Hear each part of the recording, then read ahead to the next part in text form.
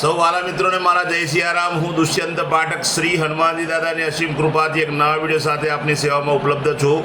વાલા મિત્રો, વાત કરીશું આજના ઉપાયની. તો આજના ઉપાયની અંદર તારીખ છે 1/7/2026 બુધવારનો દિવસ. પંચાંગની જો વાત કરું તો જ્યેષ્ઠ મહિનો કૃષ્ણ પક્ષ શરૂ થઈ ગયો છે.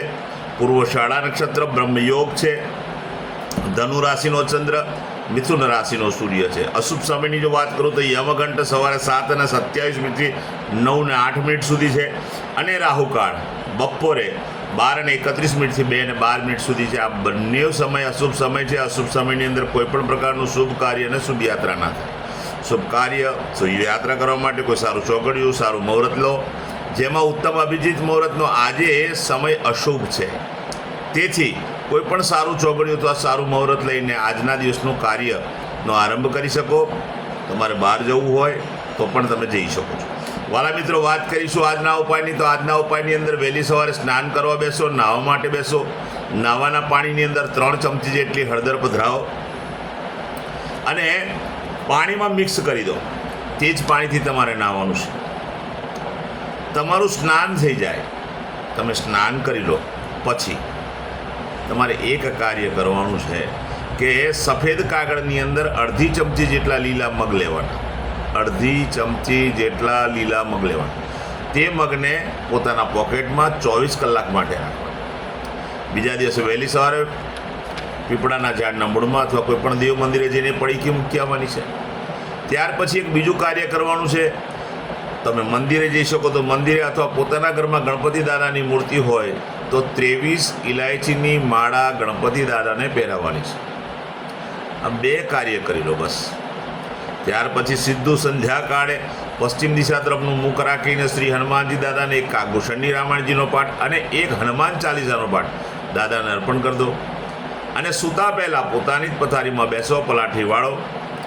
ઓમ કૃષ્ણાય વાસુદેવાય હરે પરમાત્મને પ્રણત ક્લેશ નાશાય ગોવિંદાય નમઃ. આ મંત્ર યથાશક્તિ તમારે જપવાનું છે. આટલું જ કાર્ય અહીં આગળ તમારો ઉપાય પૂર્ણ થાય છે. જે મારા વાલા મિત્રની જન્મ તારીખ 1 જુલાઈ 2026 અને બુધવારના દિવસે આવી છે, તેવા બધાને જન્મદિવસની શુભકામના. શ્રી હનુમાનજી દાદા તમારી મનોકામના પૂર્ણ કરે, બલબુદ્ધિ વિદ્યા આપે, તમારું અને તમારા પરિવારનું રક્ષણ. ઉપાયના ભાગરૂપે મેં કહ્યું તે પ્રમાણે સ્નાન, મેં કહ્યું તે પ્રમાણે ગણપતિ દાદાના મંદિરે જઈને 23 ઇલાયચીની માળા શ્રી ગણપતિ દાદાના મસ્તક ઉપર ચડાવવાની છે. એમના ચરણ સ્પર્શ કરવાના, આશીર્વાદ લેવાનો છે. ત્યાર પછી ગૌશાળાએ જવાનું, ગાયોને લીલું ઘાસનું દાન આપવાનું, ગાયોની પરિક્રમા કરવાની, ગાયોની સેવા કરવાની, ગાયોને પોતાના ઘરે બનેલું ભોજન પણ જમાડવાનું, એમના આશીર્વાદ લેવા.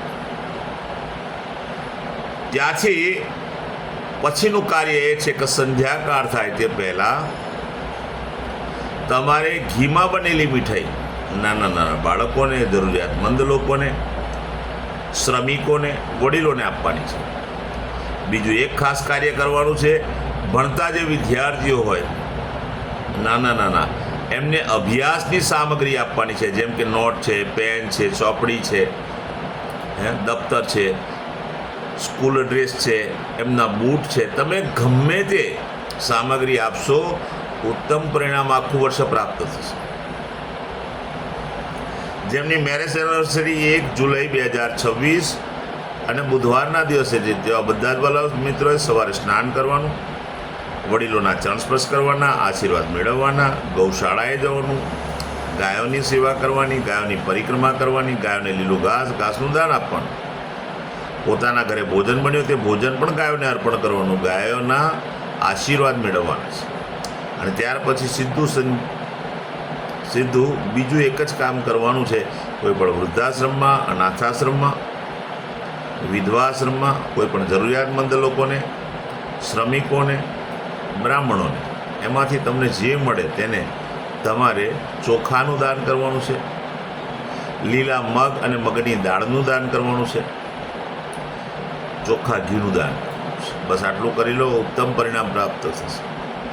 મારા બધા જ વિડીયો યુટ્યુબ પર હોય છે. મારી યુટ્યુબની ચેનલનું નામ છે દુષ્યંત પાઠક. મારી ચેનલને સબસ્ક્રાઈબ કરો, બેલ આઇકન અવશ્ય દબાવજો. હું નિયમિત એક જ વિડીયો મૂકું છું અને જો તમે બેલ આઇકન દબાવેલો હશે તો તમારા મોબાઈલ પર નોટિફિકેશન આવશે, તમે મારો વિડીયો તરત જ જોઈ શકશો. એટલે મારી ચેનલને સબસ્ક્રાઈબ કરજો, બેલ આઇકન અવશ્ય દબાવો. મારું ઇન્સ્ટાગ્રામ, મારું ફેસબુકનું પેજ, એનું નામ પણ દુષ્યંત પાઠક છે. મારા પેજને ફોલો કરજો, લાઈક કરજો, વિડીયો બધા શેર કરજો. કોઈ સંઘર્ષમાં પડેલા વ્યક્તિને મારો વિડીયો જોઈને ઉપાય કરવાની ઈચ્છા થશે ને ભગવાન એના પર પણ કૃપા કરશે. હું નિયમિત પ્રમાણિકતાથી એક વાત કહું છું કે મારો એક વખત વિડીયો જોવાથી કે એકવાર ઉપાય કરવાથી 24-48 કલાકમાં કોઈ પરિણામ મળવાનું નથી. આ કોઈ ચમત્કાર કે લોકોને છેતરવાની વાત નથી. નિયમિત હું કહું છું એ પ્રમાણે તમે ઉપાય કરો, ભગવાનની કૃપા તમારા પર થશે.